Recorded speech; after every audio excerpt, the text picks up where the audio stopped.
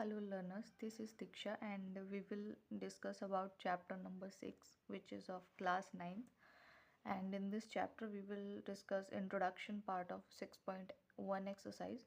So सबसे पहले हम देखेंगे लाइन क्या होती है। देखिए लाइन ऐसी होती है, अगर ड्रॉ करना चाहें तो ये कहीं ख़त्म नहीं होती, चलती जाती है दोनों एंड से, बट हम इसे ऐसे तो लिख नहीं सकते, इसलिए इसको ड्रॉ करने के लिए हम कैसे लिखते हैं, ऐसे दोनों साइड क्या लगाते हैं, एरो।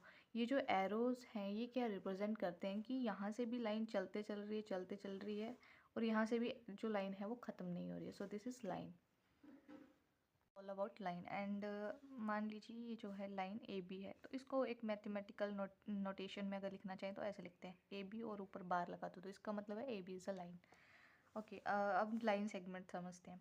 देखिए अगर हम इस लाइन का एक टुकड़ा काट लें जिसके दोनों तरफ एंड पॉइंट्स होंगे तो उसको क्या बोलते हैं, लाइन सेगमेंट, है ना। इसको सी डी नाम दे देते हैं, it's a line segment because इसके पास एंड पॉइंट्स हैं, ये यहाँ ख़त्म हो जाता है और यहाँ भी ख़त्म हो जाता है ना। और आप डेफिनेशन भी पढ़ सकते हैं, a part of a line which sorry with two ends is called line segment, है ना।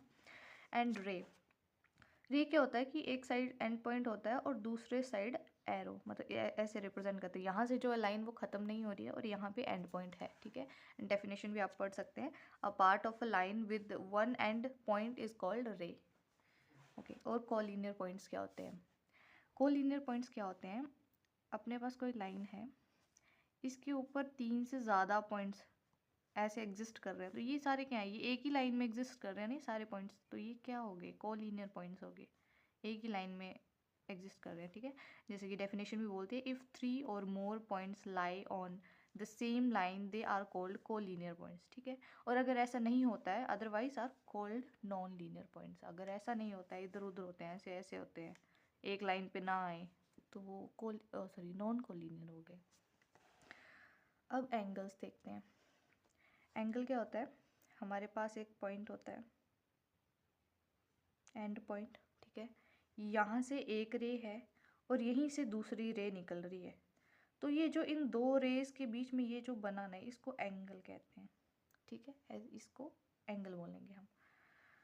N angle is formed when two rays originate from the same end point, है ना, when two rays originate from a same end point, the rays making an angle are called the arms, और इन raise को हम क्या बोलेंगे, angle की arm बोलेंगे, है ना। And the end point is called vertex, इसको वर्टेक्स बोलेंगे। और ये जो दोनों रेज हैं ये एंगल की क्या होगी, आर्म्स होगी। Okay, so this is all about angle. And अब हम पढ़ेंगे टाइप्स ऑफ एंगल।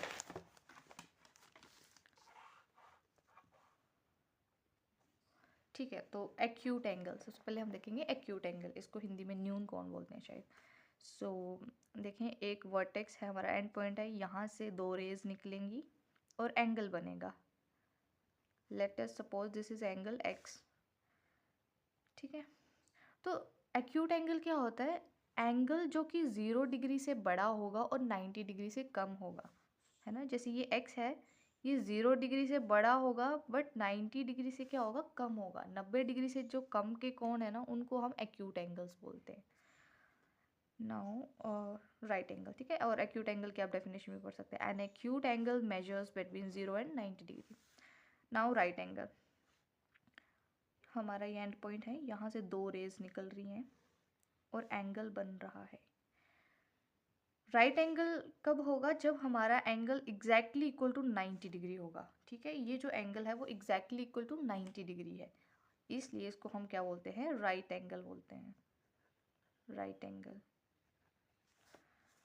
ठीक है। और right angle is exactly equal to 90 degree. Now obtuse angle, हमारे पास ये वर्टेक्स है, यहाँ से एक रे निकल रही है और यहाँ से एक दूसरी रे निकल रही है, और यहाँ इनके बीच में क्या बन रहा है, एंगल बन रहा है, इसको लेट से जेड दे देते हैं।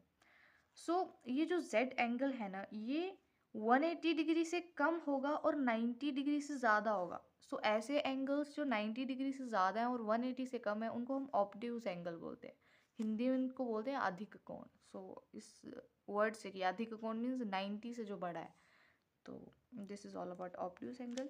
N angle greater than 90 degree but less than 180 degree is known as obtuse angle. Now straight angle, a straight angle is equal to 180 degree. देखिए ये क्या बन रहा है, 180 डिग्री का एंगल बन रहा है, इसको क्या बोलेंगे हम, स्ट्रेट एंगल। ठीक है। रिफ्लेक्स एंगल, रेज निकल रही हैं और ये अपना एक एंगल बनाएंगे। ठीक है। तो अंदर तो एक्यूट एंगल बन रहा है, बट ये जो बाहर बन रहा है ना, ये क्या है, ये this is called reflex angle. Let's say this is T.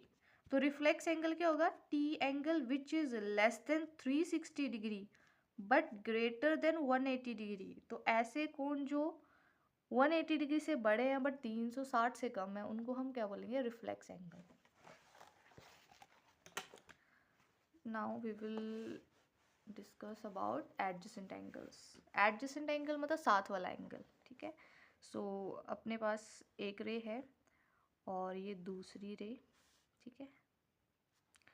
और यहाँ बीच में एक और रे होगी, इसको ए नाम दे देते हैं, बी और ये सी। यहाँ एक एंगल बन रहा है और यहाँ पे भी एक क्या बन रहा है, एंगल बन रहा है। सो ये जो दोनों एंगल्स हैं इनको हम क्या बोलेंगे, एडजेसेंट एंगल। और एडजेसेंट एंगल को हम कैसे पहचानेंगे, two angles are adjacent if they have a common, ये 2 बार लिख दिया मैंने, अ कॉमन वर्टेक्स। देखिए इसका ये जो एंड पॉइंट है ना, इन तीनों रेस का एंड पॉइंट सेम है, इसको क्या बोलेंगे हम, वर्टेक्स। और इनका ये जो वर्टेक्स है ये कॉमन है, तीनों के पास सेम वर्टेक्स है। एंड अ कॉमन आर्म, और ये देखें इन एंगल्स के पास ये एक कॉमन आर्म है विच इज आर्म सी। ये जो है वो इस एंगल के पास भी और इस एंगल के पास भी है। और तीसरी बात हम ये देखेंगे कि ये इन एंगल्स की जो बाकी रेज है ना, ये देखो ये जो बाकी आर्म्स है ये इस आर्म के ऑपोजिट साइड में लाई कर रही हैं। तो ये 3 चीज़ें हमने देखनी है। अगर ये 3 चीज़ें होती हैं तो इट मीन्स कि ये दोनों क्या है, एडजेसेंट एंगल्स। ठीक है। तो this is all about adjacent angles. Okay, अब है linear pair of angle. So linear pair of angle देखें, एक लाइन ऐसे रे जो है ऐसे इंटरसेक्ट करेगी यहाँ पे ओ पॉइंट पे। सो एक एंगल यहाँ बन रहा है और एक एंगल यहाँ बन रहा है। देखें लीनियर पेयर ऑफ एंगल्स भी एडजेसेंट एंगल्स ही होते हैं, बट ये ऐसे एडजेसेंट एंगल हैं जिनका सम 180 डिग्री आएगा, इसलिए इनको क्या बोलते हैं, लीनियर पेयर ऑफ एंगल। मान लीजिए ये एक्स है और ये वाई है तो ये adjacent angle, but x plus y का जो सम है वो 180 डिग्री आ रहा है, इसलिए हम इनको क्या बोलेंगे, linear pair of angles. Okay, now vertically opposite angle. जब दो lines let's say A B और एक और लाइन सी डी, जब दो लाइंस एक पॉइंट पे इंटरसेक्ट करती हैं तब हमारे पास दो पेयर बनते हैं वर्टिकली ऑपोजिट एंगल के। देखें एक ये पेयर बन रहा है, ये दोनों क्या है, वर्टिकली ऑपोजिट एंगल, और ये इक्वल होंगे। अगर ये x है तो ये भी x ही होगा। और दूसरा पेयर कहाँ बन रहा है, यहाँ ये दोनों भी क्या है, ये और ये वर्टिकली ऑपोजिट एंगल्स। अगर ये y होगा तो ये भी क्या होगा, y होगा। सो आई थिंक हाँ बस यही था इंट्रोडक्शन में 6.1 एक्सरसाइज के। अगले लेक्चर में हम एक्सरसाइज 6.1 के क्वेश्चंस करेंगे। So that's it.